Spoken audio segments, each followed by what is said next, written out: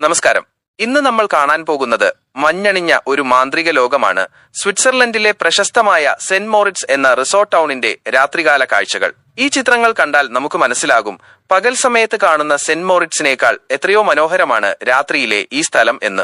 മഞ്ഞുമൂടിയ മലഞ്ചെരുവുകളിൽ ചിതറിക്കിടക്കുന്ന കെട്ടിടങ്ങൾ കാണാം. അവയുടെ ജനലുകളിൽ നിന്ന് പ്രസരിക്കുന്ന സ്വർണ്ണവർണ്ണത്തിലുള്ള വെളിച്ചം തണുത്തുറഞ്ഞ രാത്രിക്ക് ഒരുതരം ഊഷ്മളത നൽകുന്നു. മരങ്ങളിലും കെട്ടിടങ്ങളിലും പറ്റിപ്പിടിച്ചിരിക്കുന്ന മഞ്ഞ് നിലാവെളിച്ചത്തിൽ വെട്ടിത്തിളങ്ങുന്നത് കാണാൻ അതിമനോഹരമാണ്.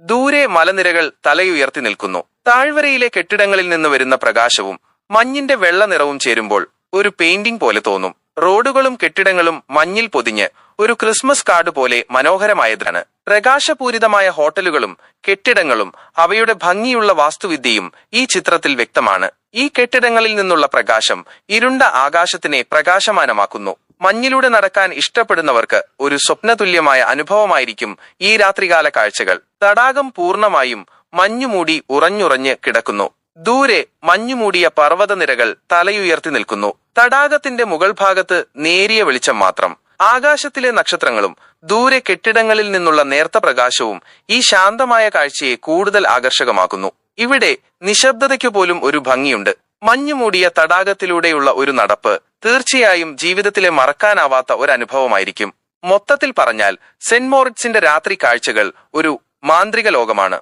മഞ്ഞ്, പ്രകാശം, ശാന്തത എന്നിവയെല്ലാം കൂടിച്ചേർന്ന് ഒരു അതിശയകരമായ അനുഭവം സമ്മാനിക്കുന്നു. ഈ ചിത്രങ്ങൾ കണ്ടപ്പോൾ തന്നെ നമുക്ക് അവിടേക്ക് പറന്നെത്താൻ തോന്നിയില്ലേ? അത്രയ്ക്ക് മനോഹരമാണ് ഈ സ്ഥലത്തിന്റെ രാത്രികാല ഭംഗി. ഇതുപോലുള്ള വീഡിയോകൾ കാണുവാൻ ഈ ചാനൽ മറക്കാതെ സബ്സ്ക്രൈബ് ചെയ്യൂ.